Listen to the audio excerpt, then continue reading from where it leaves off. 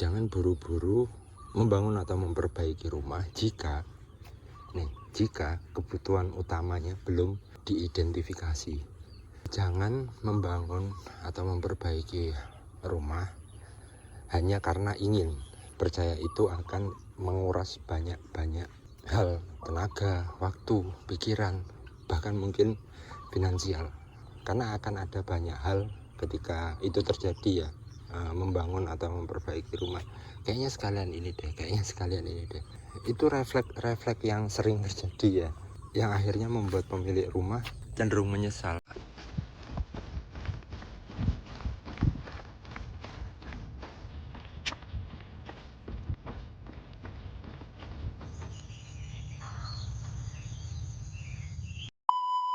Semoga tetap rajin berolahraga ya, karena kita nggak pernah tahu olahraga kita hari ini akan membantu apa dan akan meminimalisir apa di masa depan. Karena melihat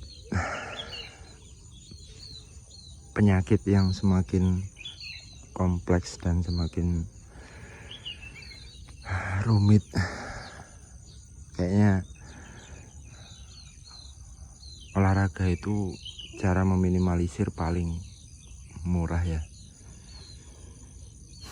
Cuma tantangannya malas atau enggak. Oke, sambil jalan saya mau sedikit cerita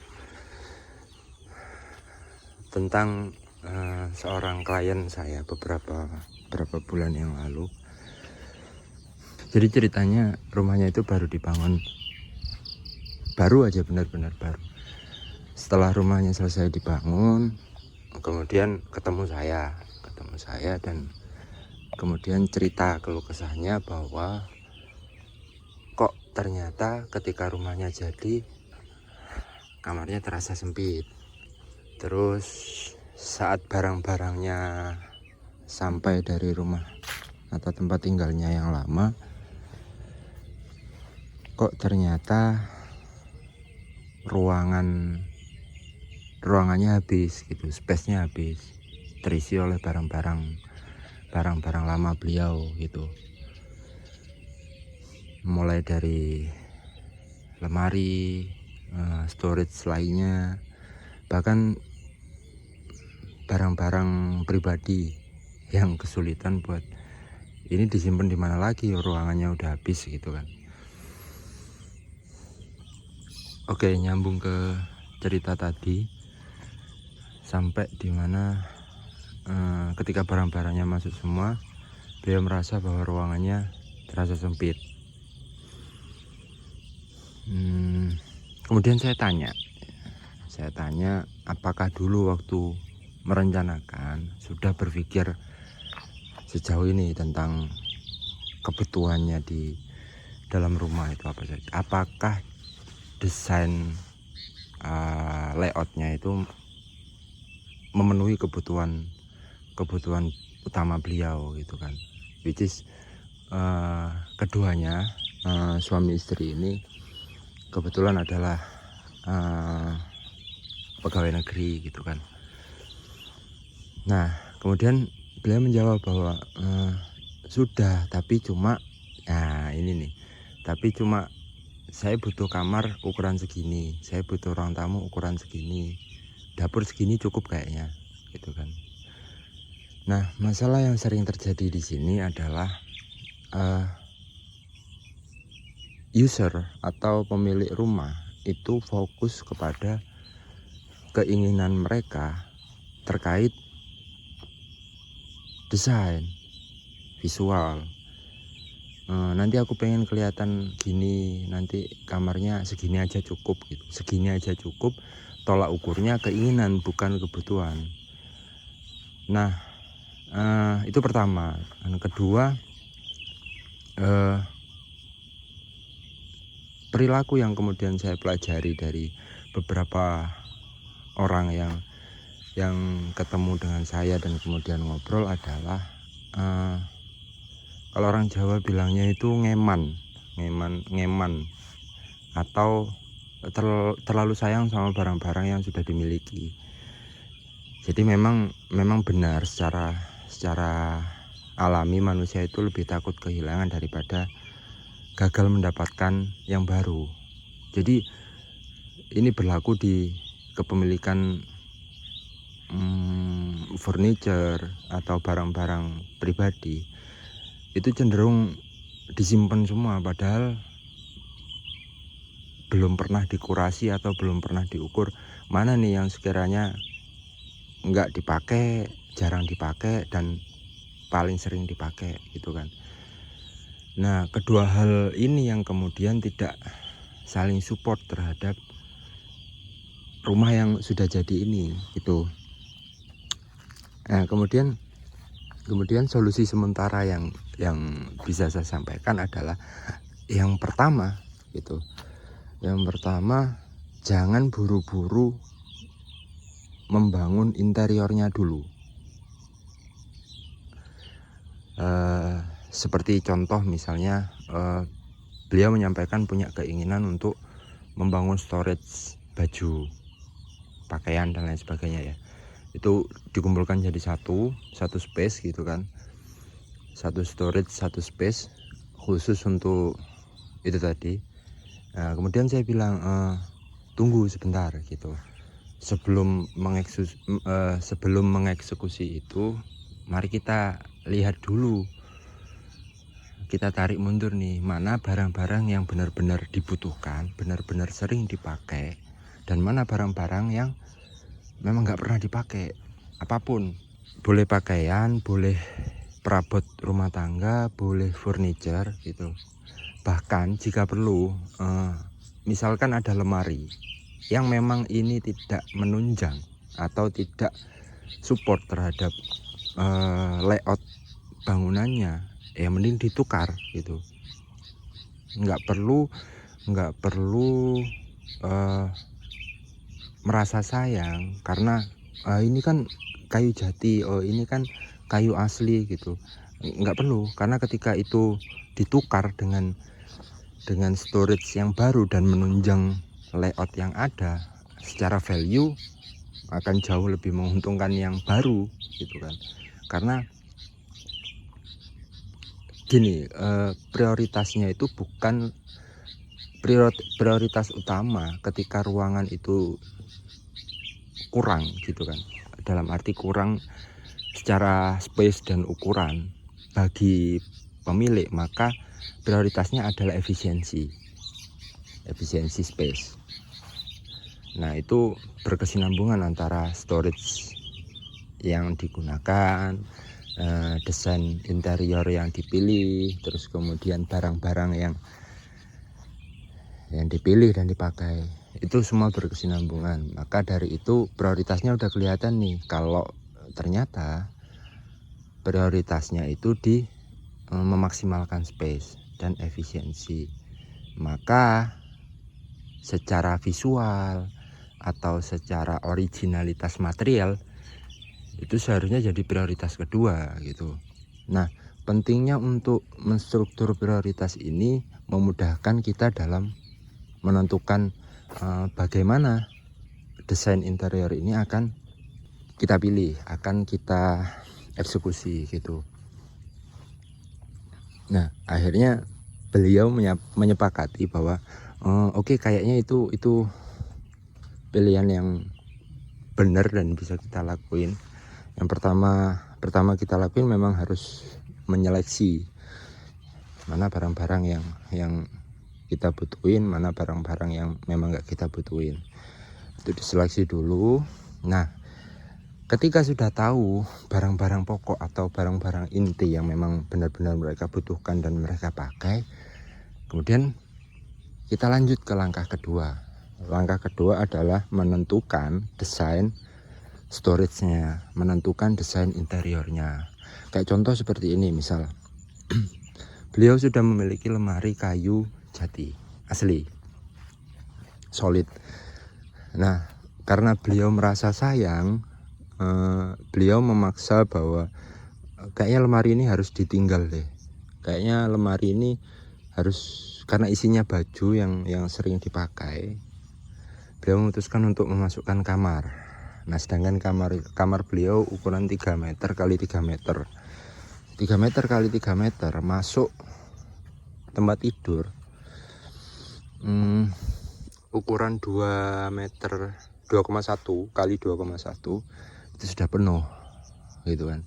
Space yang tersisa hanya 0,9 kali 3 gitu.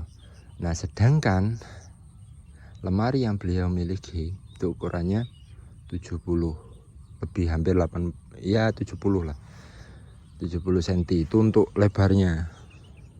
Untuk tebelnya ya itu saja sudah habis gitu kan. Maka kemudian saya menyampaikan bahwa opsinya 2, kita buat space baru khusus untuk fitting atau untuk baju, ganti baju, nyimpen baju, naruh jemuran kering, untuk menggantung baju. Kita bikin space baru atau tetap membiarkan lemari itu ada di dalam kamar, tapi dengan resiko yang sudah dirasakan. Resiko yang dirasakan ya kamar terasa sempit, ruang gerak terbatas gitu, merasa nggak nyaman karena ekspektasinya di kamar itu terasa lega, jadi hilang karena satu lemari itu tadi. Akhirnya beliau berpikir ulang bahwasanya kayaknya benar bahwa ini harus keluar dari kamar. Itu yang pertama. Untuk yang kedua, beliau masih kebingungan antara bikin baru atau mempertahankan lemari yang sudah ada. Nggak apa-apa, yang penting pilihan pertamanya sudah ada gitu, sudah dipilih. Bahwasanya pilihan pertamanya itu prioritasnya pada efisiensi kamar untuk bisa terasa lebih lega. Nah kemudian saya tanya kepada beliau, kebutuhan beliau di dalam kamar itu apa sih gitu. Kan ada orang yang memang pengen di dalam kamar itu ada televisi ya. Ada juga yang enggak. Ada yang pengen di dalam kamar itu ada space kerja, ada meja kerja buat naruh laptop dan lain sebagainya, buku. Ada juga yang enggak. Ada yang benar-benar pengen di kamar itu full istirahat, murni istirahat, enggak ada aktivitas lain. Nah saya tanya ke beliau, kebutuhan beliau seperti apa itu. Dan beliau menjawab, ya bagi kami di kamar buat istirahat gitu, buat istirahat, buat ngobrol, buat ya nyaman gitu kan. Terus kemudian mungkin ada satu hal kecil yang keselip gitu. Lanjut saya menanyakan, apa ya gitu kan. Beliau berpikir dan kemudian menyampaikan bahwa kayaknya kami butuh meja kecil buat naruh HP, minuman, mungkin buku, atau butuh storage kecil yang buat nyimpen seperti charger atau mungkin laptop jika urgent gitu kan, atau beberapa barang-barang penting private. Oke. Nah, artinya di dalam kamar kita tidak perlu lemari besar atau storage besar ya. Fokus utamanya adalah pada tempat tidur. Nah, bagaimana storage ini dibangun atau dibentuk ya, berarti kita harus develop storage di bawah tempat tidur yang itu tidak secara space itu tidak mengganggu, secara kebutuhan space ya, secara kebutuhan space tidak mengganggu kamar tidur. Itu pilihan menarik kata beliau. Nah dari sini saya ingin menyampaikan bahwa kebanyakan orang itu apa ya istilahnya ya, bisa dibilang tertipu visual. Dalam arti gini, ada kebutuhan untuk membangun rumah, ada kebutuhan untuk memperbaiki rumah, dan akhirnya apa yang dilakukan? Mencari referensi. Sedangkan ketika mencari referensi, yang dilakukan adalah membuka Pinterest, membuka Instagram, membuka YouTube, di mana mereka semua atau platform itu semua melayani secara kebutuhan visual. Nah, di mana ini akan membahayakan karena akan terjadi bias antara keinginan dengan kebutuhan yang sebenarnya. Padahal untuk pertama kali hal yang harus dilakukan ketika merencanakan rumah itu adalah berbasis kebutuhan. Nah, ketika kebutuhannya itu sudah diketahui, maka layout yang akan dirancang akan sesuai dengan kebutuhan pemilik rumah. Contoh misal ketika aktivitas utamanya itu adalah pegawai negeri, maka kesehariannya adalah berangkat pagi, pulang sore sampai di rumah mungkin bersih-bersih badan, terus mungkin sudah sedikit energi buat bersih-bersih rumah, beres-beres rumah. Lalu kemudian malam hari mungkin kerja sebentar, habis itu banyak istirahat. Nah, kalau kebutuhan utama ini sudah, atau aktivitas utama ini sudah diketahui, maka seharusnya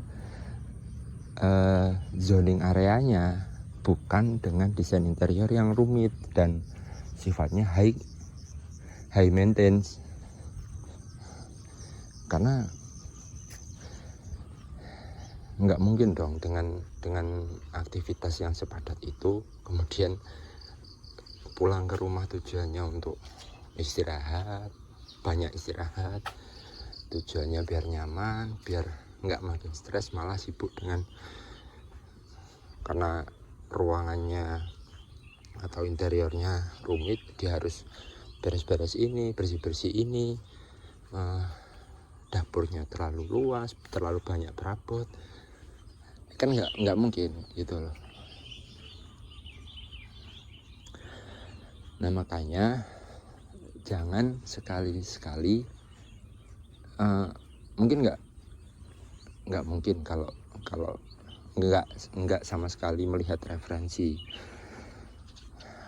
di platform seperti Pinterest dan lain-lain ya. Cuma sebisa mungkin minimalisir atau kurangi ketika akan membangun atau memperbaiki rumah. Sebaiknya memang ditemani oleh profesional atau yang memang sudah berkecimpung di situ, terutama untuk sisi layout dan desain interiornya. Karena itu tidak sesepele bagusnya pakai material ini, kayaknya kelihatan bagus ini, enggak. Jadi itu tadi kesimpulannya ya. Jangan buru-buru membangun atau memperbaiki rumah jika kebutuhan utamanya belum diidentifikasi. Jangan membangun atau memperbaiki rumah hanya karena ingin, karena percaya itu akan menguras banyak hal, tenaga, waktu, pikiran, bahkan mungkin finansial. Karena akan ada banyak hal ketika itu terjadi ya, membangun atau memperbaiki rumah. Kayaknya sekalian ini deh.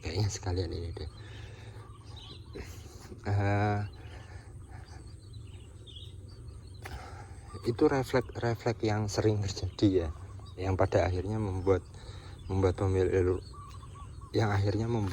rumah cenderung menyesal. Kayaknya dulu seharusnya nggak buru-buru ini deh. Ya itu yang sering terjadi. Mungkin gitu aja dulu, saya mau lanjut lari. Salam sehat dan sampai ketemu di next video dan next cerita. Sampai ketemu, semoga.